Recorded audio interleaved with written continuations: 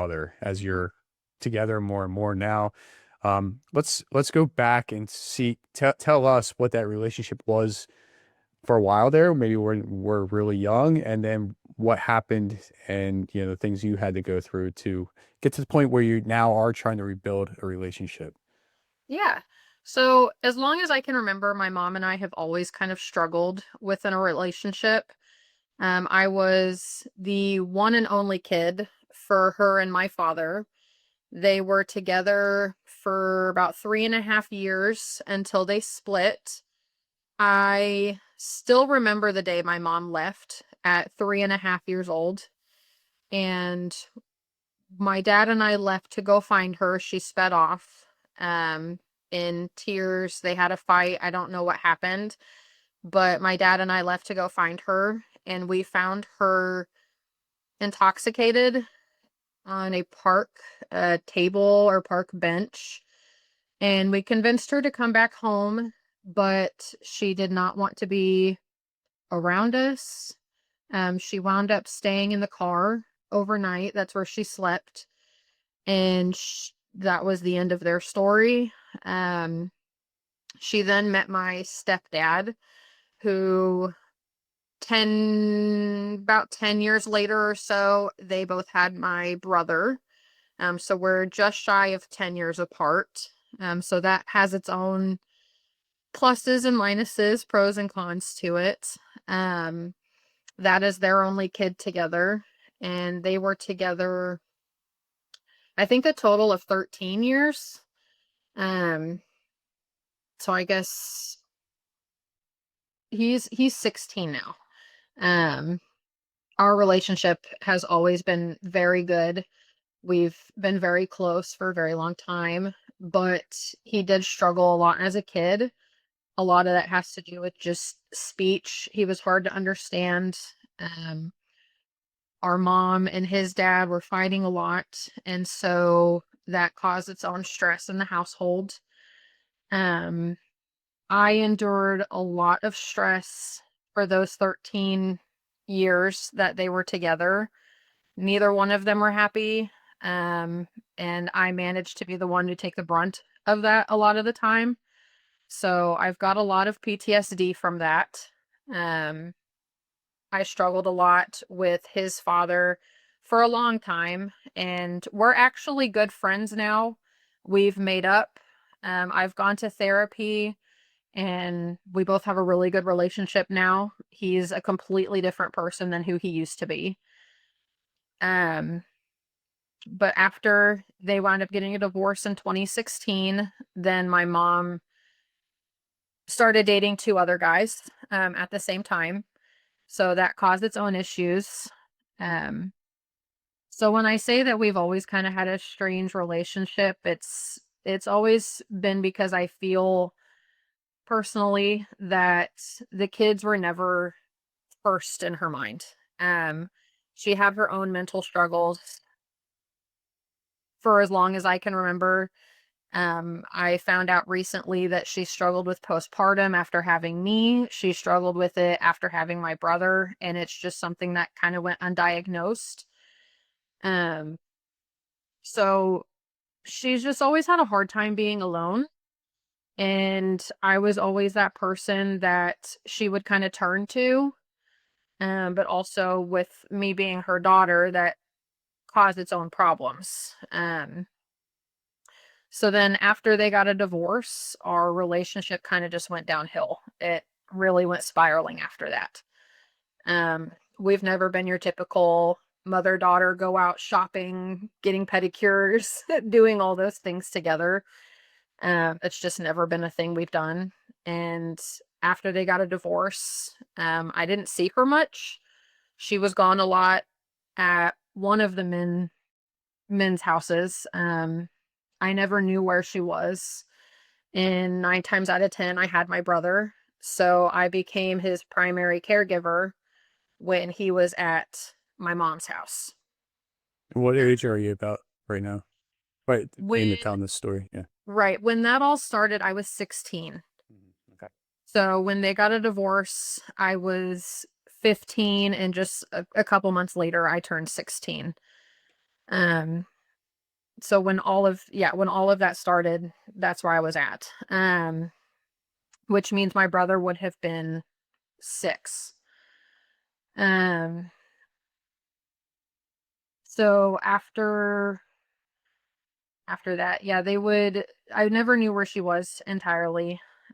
She would be gone a lot, and I was at home cooking dinners. At that time, I had 2 jobs and was going to high school, which was a lot to do, and Yeah. taking care of my little brother.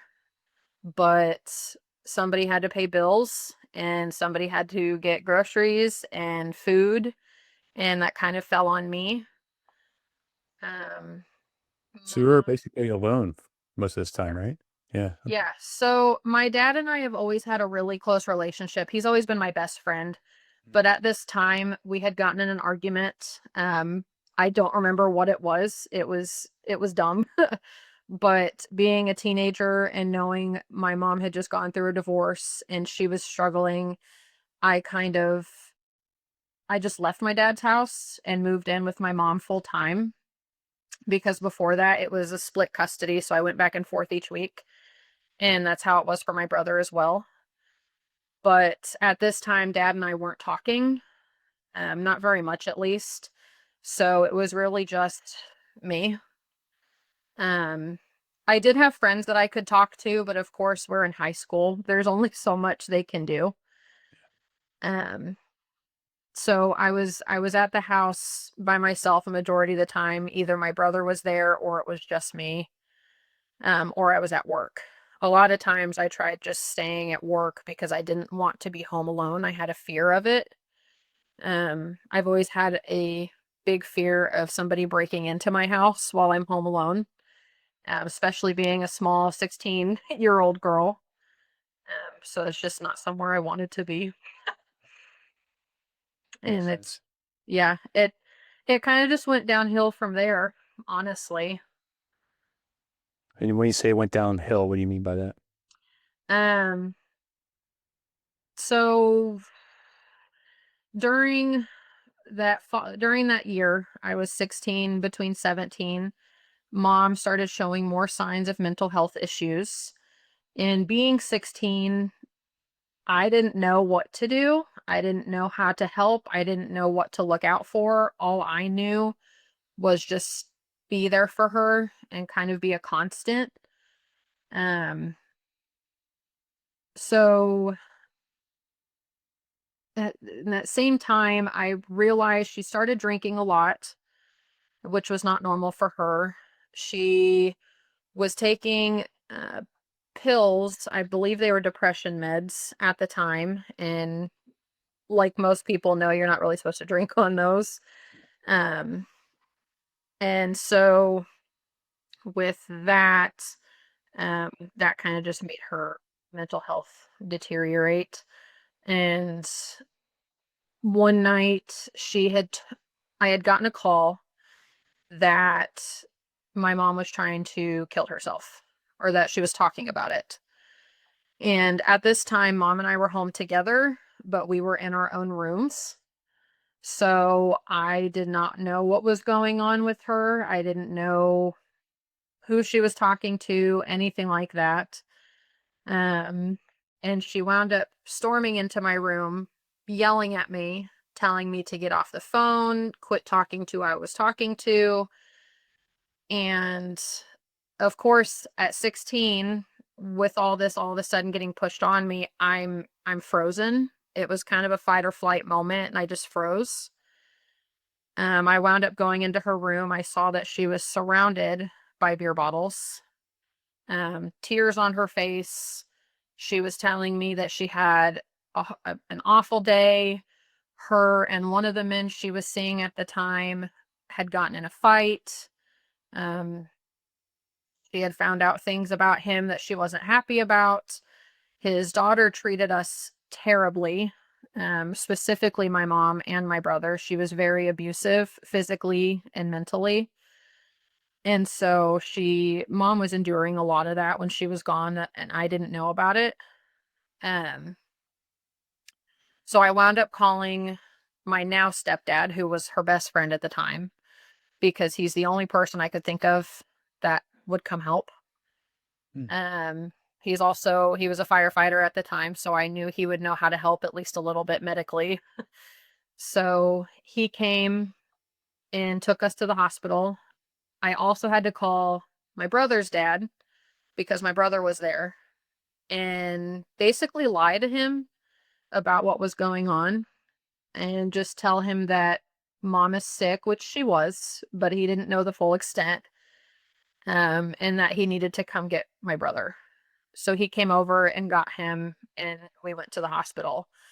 The cops showed up at our house. They let us drive over there by ourselves, but they escorted us. And when we showed up at the hospital, it was about 10 o'clock at night, I would say.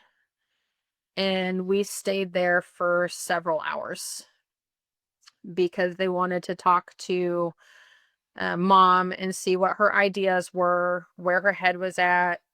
They wanted her to talk to a psychiatrist. And in that meeting with the psychiatrist, the lady she was talking to asked her, "How did you plan on killing yourself?" And at 16, this is not something that you want to hear your parent talk about. And then finding out how she wanted to do it is not something I planned on hearing. It's not something I was able to prepare for. I don't know how you prepare for that, honestly. um, I found out she wanted to drive in front of a truck, and that broke my heart, honestly. And it made me a little upset at the same time, because I felt like I grew up with this theory. I had been told as a kid that suicide was selfish. And that's just something that was etched into my brain. And after talking to mom now, I realize that it is a really selfless thing to do in most circumstances because that person is just hurting so much they think ending their life is helping others.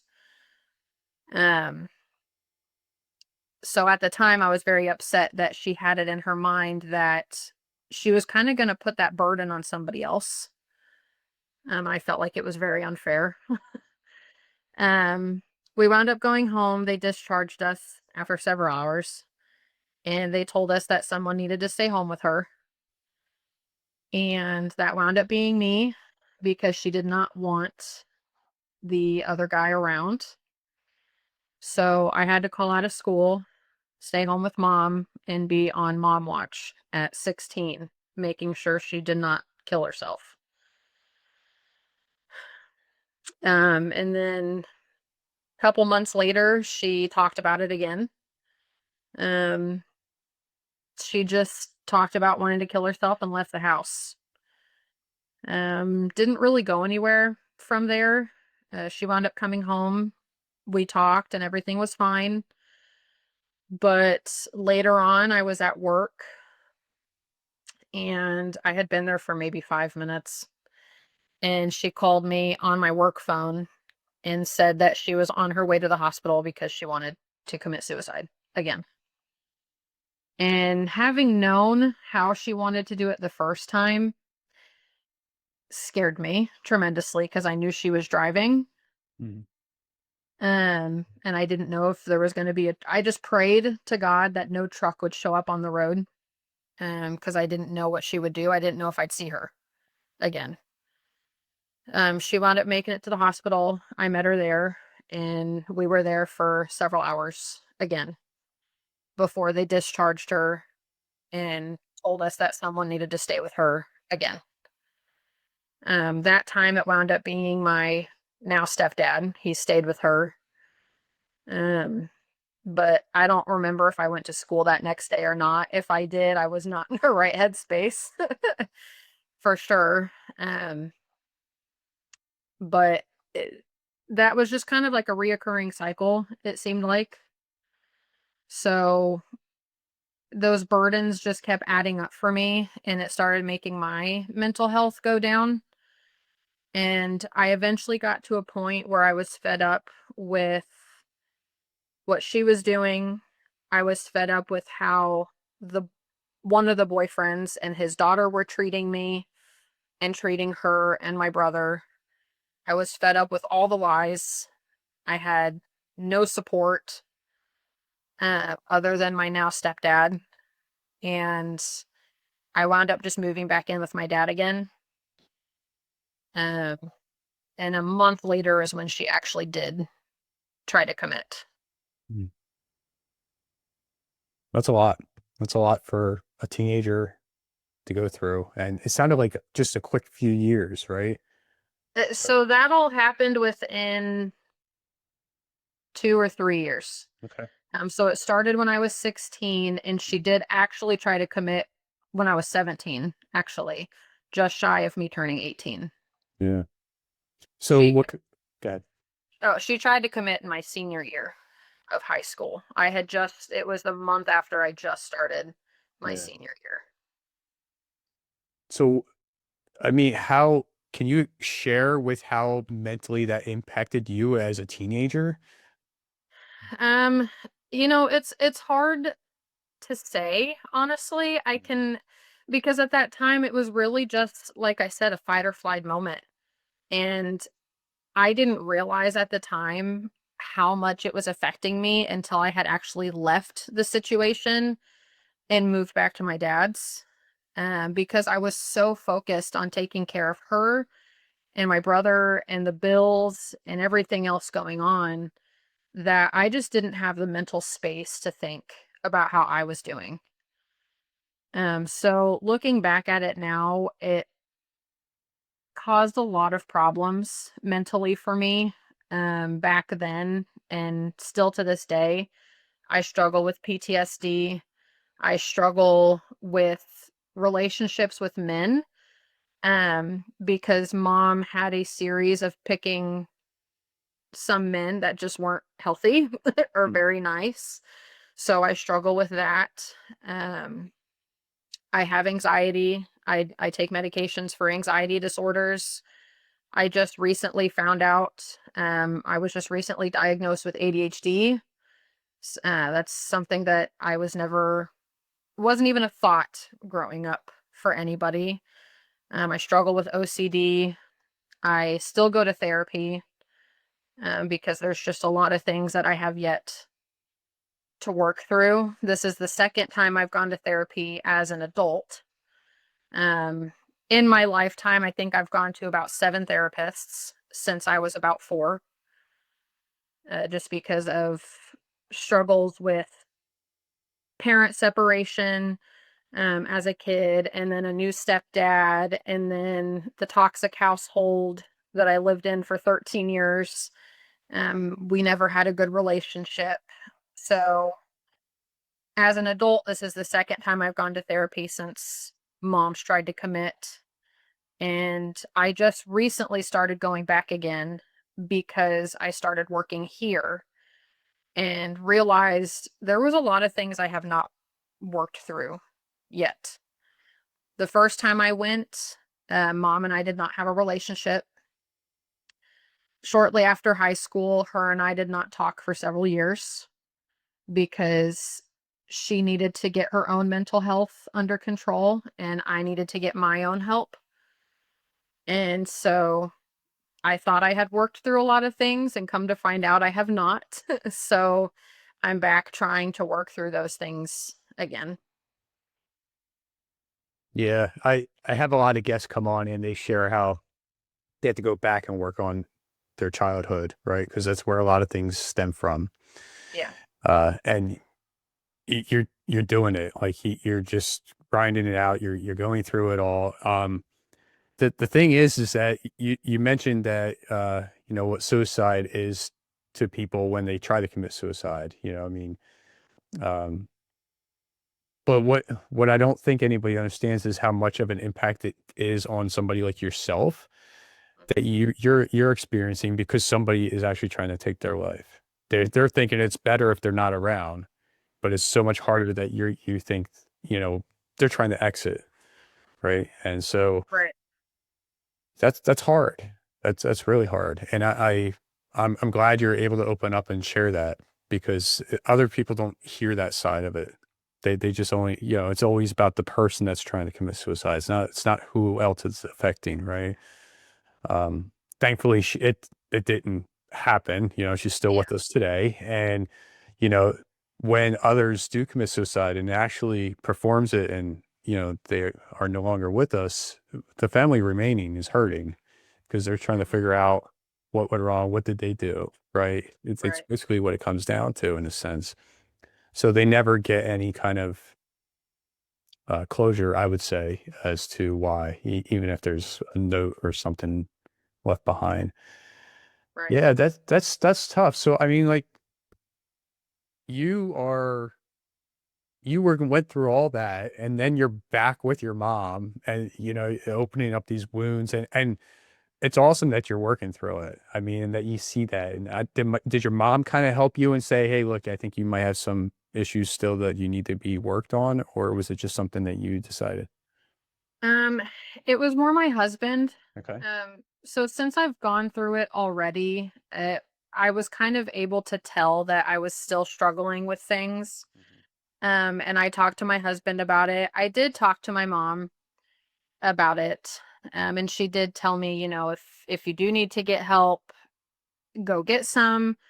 But it was really my husband. He was there with me the first time I went to therapy. I struggled a lot going to therapy the first time. One, because I had gone so many times before in my life and it was never really helpful to me. And so I was worried that I would just kind of be a dud again. It wouldn't be helpful. And this was a lot more serious thing that I needed help with.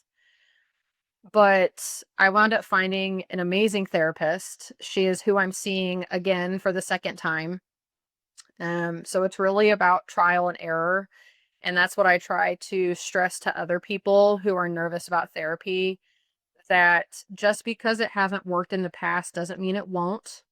There is somebody out there for you who is going to work, who you are going to have a relationship with, and just to keep trying, don't give up. And so the first time I went, my husband really had to push me into it because I had this idea in my mind that if they were to prescribe me medication, it would instantly make me my mom. Because at the time all this was going on, when I was 16, she was on medication and was struggling and drinking and suicidal. And so in my mind, I was becoming my mom. And it was one of my biggest fears at that time in my life because I didn't want that to happen. And that sounds terrible, but having gone through what I went through at that age, I just didn't want that to happen to me. So my husband really had to convince me for a long time that that is not what's happening. You are getting help. You're getting help early, and that's something mom didn't do. And so that's kind of breaking that cycle of going to get the help without just trying to struggle through it like she did. And at the time that this I went to go the first time to therapy, I was married to my ex-husband. I got married young, right out of high school. And a lot of that's because I grew up watching my mom not be able to be alone. And so I also had a fear of being alone and thinking that I needed to be with somebody. I needed to be with a man, that I kind of just clung to whatever love like a guy would give me, honestly.